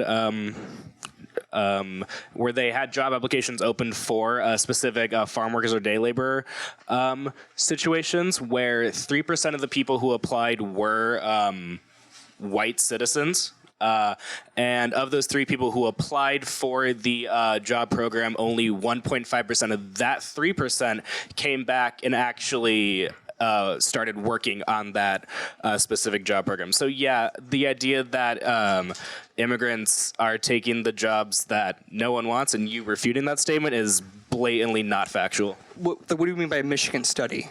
Like by the state of Michigan, by Michigan University? The state of Michigan. I'm sorry, I should have clarified that. So, well, I don't know. I don't know the data on this, but I would speculate that a lot of farmhands are paid out on the table as it is. Again, we have no. All right, we're going to get this gentleman's question. I think we've run out of our paying from database the table, here. even Go though ahead, it's sir. bad, but I don't want my milk cost $10 a gallon. So I have a question for the college Democrats. When you guys say that there is a racist system nowadays that is targeted against Latin America, and I'll tell you guys my personal story. I'm coming as an immigrant to this country, and I'm a dual citizen from Brazil and Italy. And I've been talking to immigration lawyers for the past 3 years, and they told me that the country that would provide me the easiest path to a green card in America would be Brazil, not Italy. I don't get how you guys can come here and say how the system is racist towards Latin Americans, while the people that stayed 15 years waiting for green cards, they're not from Latin America. They're from China and from India because of the policies that you guys instituted in the INA under President Clinton. I want to further my question to how do you guys stand on the 7% quota max per country, and how does that affect Indians and Chinese nationals? Thank you for that question. I did want to bring that actual quota system up earlier, but I wasn't able to. Yes, the United States does have a 7% Does this work? It's on. Go ahead. The United States does have a 7% quota-based system per nation. So that means they were to take 7% of the immigrants coming into this nation, no matter if they're from China, which has a plus 1 billion % population, or I don't know, let's go. Belize. Both nations very much are coming to this nation because they want opportunity for a better life. But again, I believe that Democrats are very much in favor of fixing the quota system so that nations that have higher populations just in general will have an easier chance of coming here, besides nations that have a population of less than 100,000. And by the way, this is something that Democrats have brought up time and time again towards revising. Thank you. Do you want to jump in on it? The Republicans want to jump in on it? I mean, without any statistical evidence, I still see that all of the policies being proposed, especially those that deal with undocumented immigration, which has been a lot of the focus of tonight's debate, focuses on those who are still geographically close to the United States. Because you can still expand the quota amount of overseas immigrants. However, you're still going to have that 15 to 20 year wait period that does not exist when you live in a landlocked nation in either South America or Central America or North America. Yeah, I saw some hands up over here, one here, and then we'll get the second microphone here. Do you want Kenneth? But go ahead. Go ahead.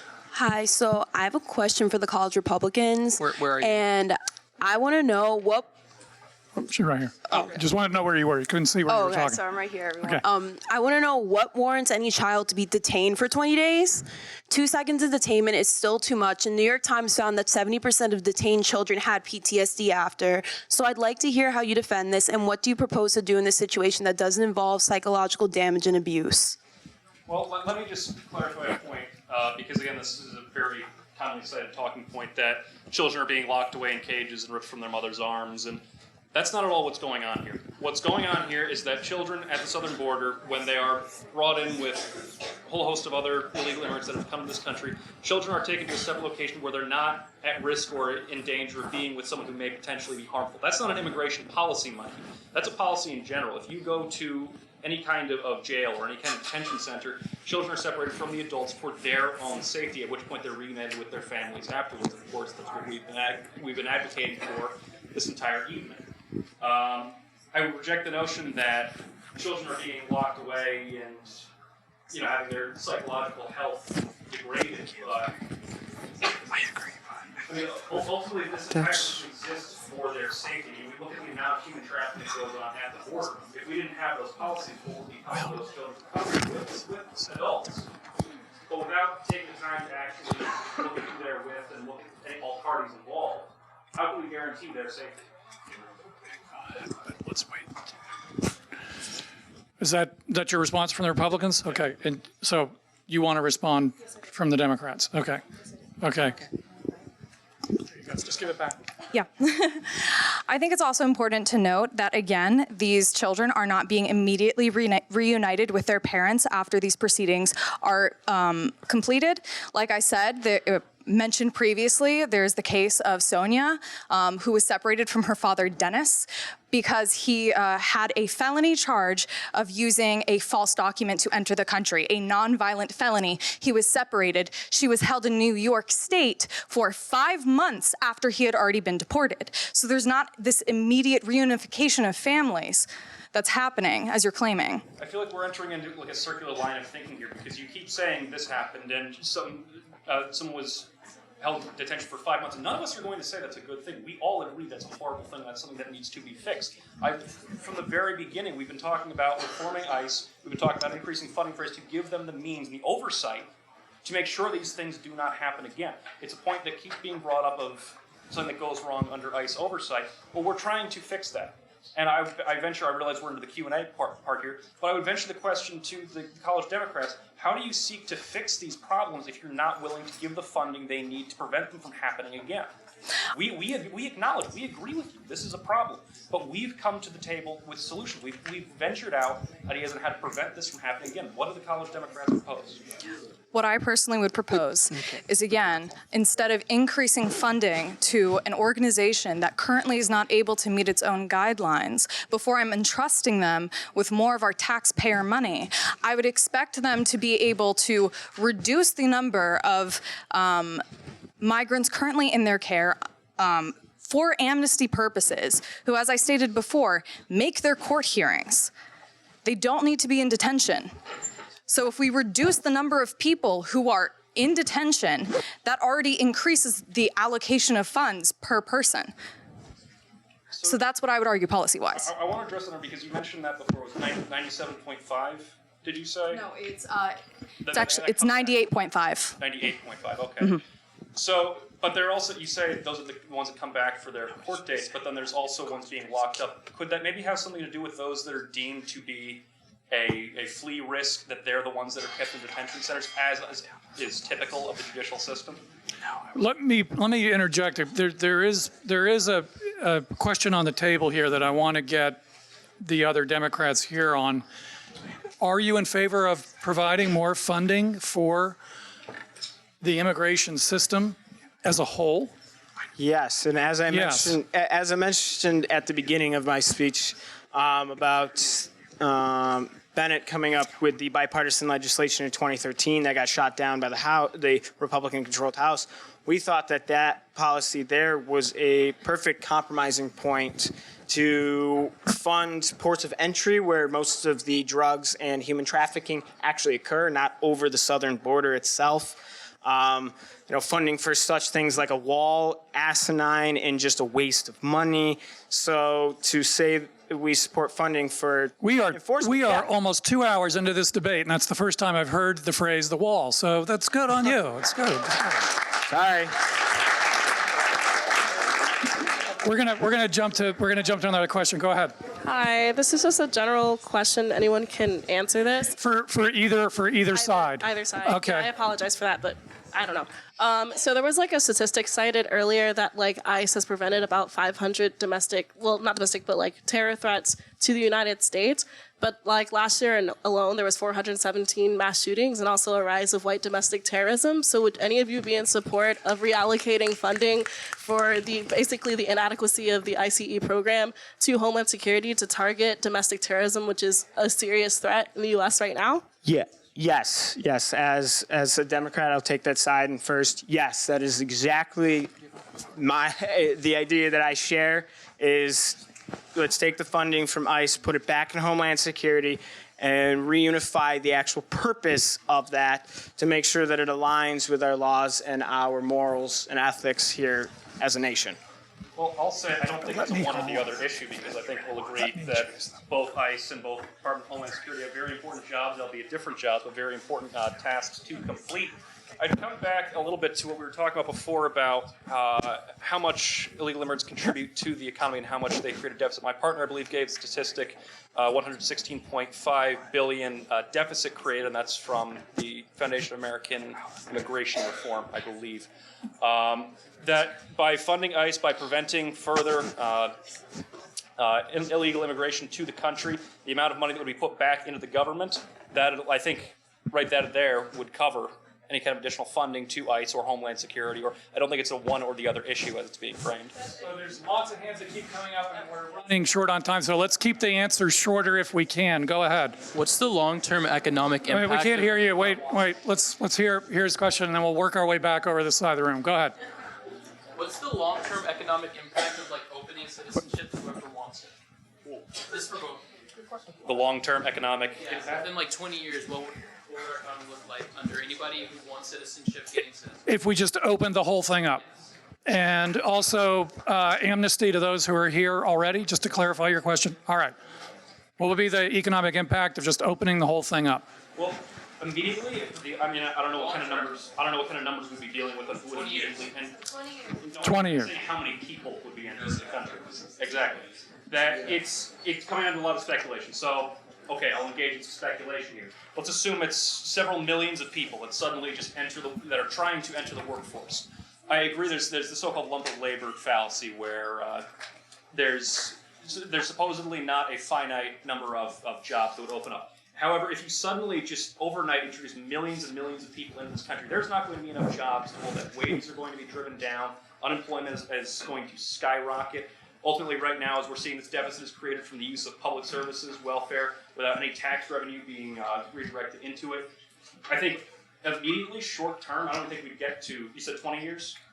Was it? I don't even think we'd get to 20 years at that point, if in such a short span of introducing that many people into the country.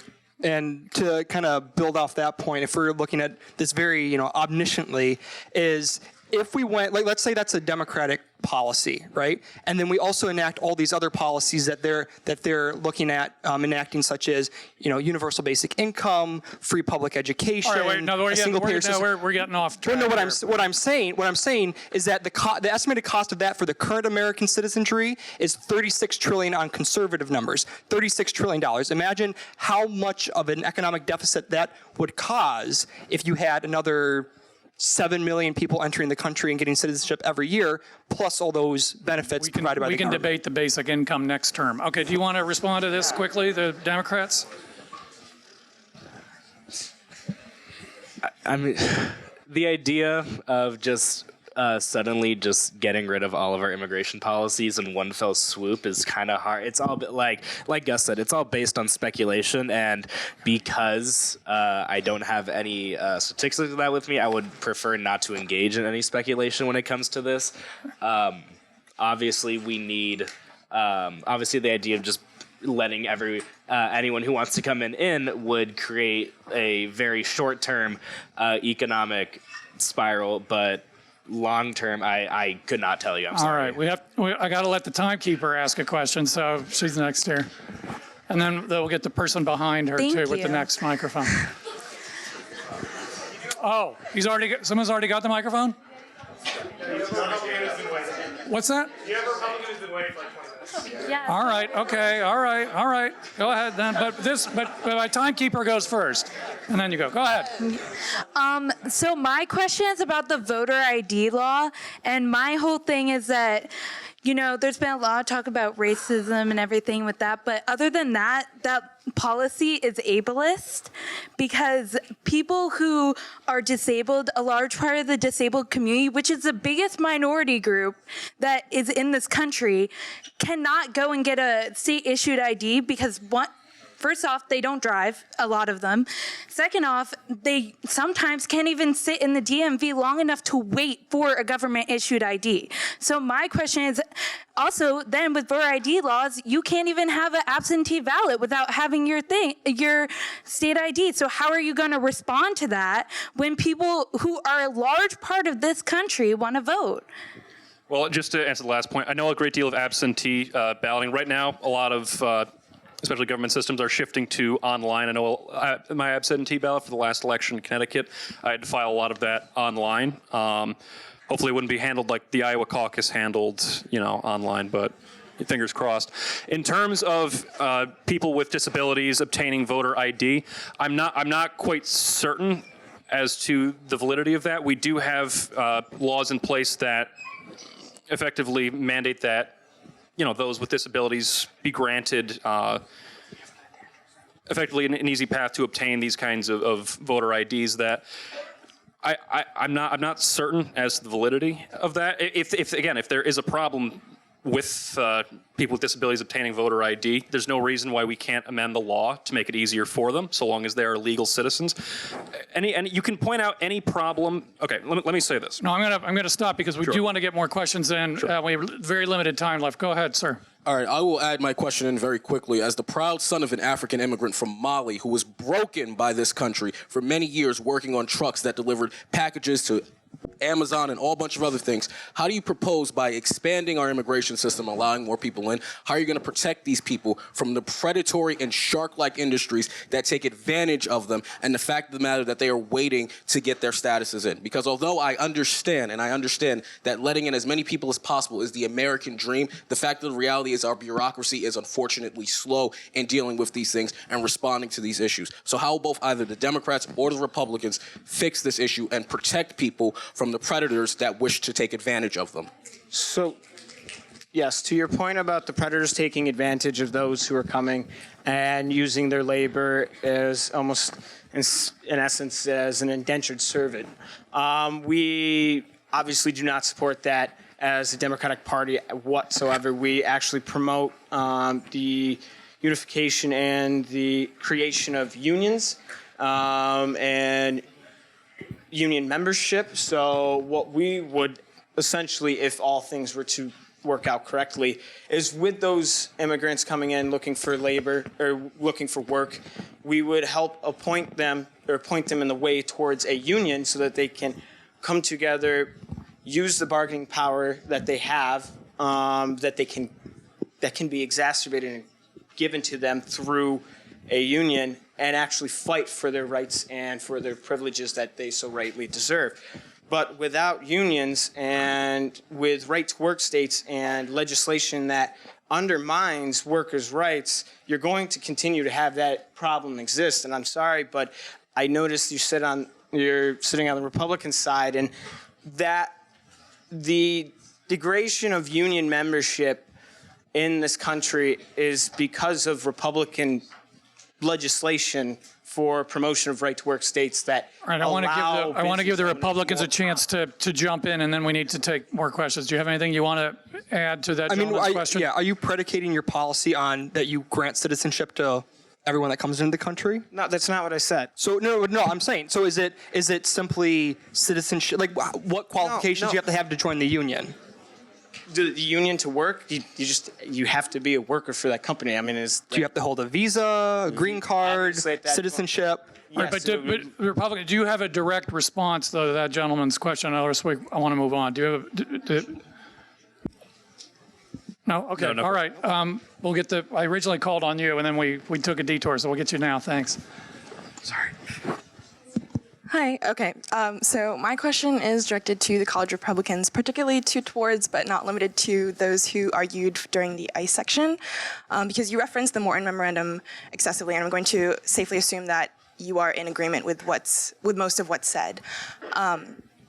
Given the undeniable and overwhelming trend of abuse of power given to several law enforcement agencies from prosecutorial discretion, can you convince me on why reform and even oversight of an organization that doesn't even allow or require its employees to know Spanish, only emphasizes, would be more effective? And notice how I say effective and not more efficient than the inception of a new one with vetted employees with better or more qualified employees, I'll say. Ice, do you want to take this? Do you want to? Yeah, go ahead. So that's one of the problems that we've been seeing that happened with the recent hiring spree, which is exactly why we want stricter training and vetting procedures. We recognize the inefficiencies. The problem is that if you were to say that ICE agents are inefficient, we should get rid of all of them, there is no alternative solution. The alternative solution is to train them better, to make sure that they have the qualifications that you're seeking. And in order to do so, we have to give more money to ICE to ensure that they can actually train their agents effectively. I guess I think it's that the organization has a track record that has not impressed the country. So why would it be more effective to revamp the existing one than start a new? I mean, we argue that it has been effective. As we stated multiple times, it's decreased crime rates overall. Not only that, but again, there is no solution in place. The idea of abolishing an entire governmental agency and then reestablishing it is realistically not possible. Not only is it not possible, it would take an exuberant amount of money and time. And there's no guarantee that that agency will be more efficient. I mean, there's really no solid guarantee that a new agency will be that will be more efficient. Instead, we can offer more effectiveness by training ICE agents properly. Okay, we have time for one more question, and in the interest of at least partial balance in the questions, I would like to say, is there a question for the Democrats here that someone wants to ask? Here we go, right there, 2 hands up. Give it to the girl. No, I thought, I was looking at, I saw 2 hands up with you. Did you have a question? Oh, you put your hands up. Oh, okay. All right. Go ahead. You have the last question. Go ahead. Okay. Go ahead. Yeah. For the college Democrats, you stated, this just goes back to your opening, you stated that the college Republicans standing on stage can either be in compliance with the so-called, and you put it, racist, bigoted policies that the Trump administration is promoting, or they can agree. So are you implying that any conservative or anyone in general who agrees with the policies of the Trump administration is a racist and a bigot? Yes.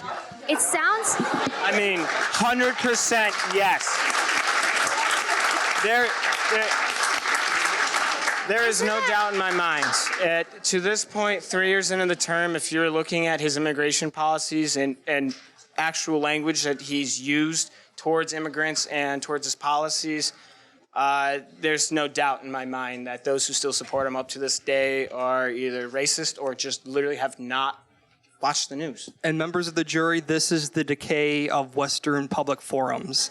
Is that Says literally the guy whenever whose party just supported a interference in our election. I mean, come on. And was acquitted of the accusation. We're gonna stop it there. The first hour and 59 minutes were great.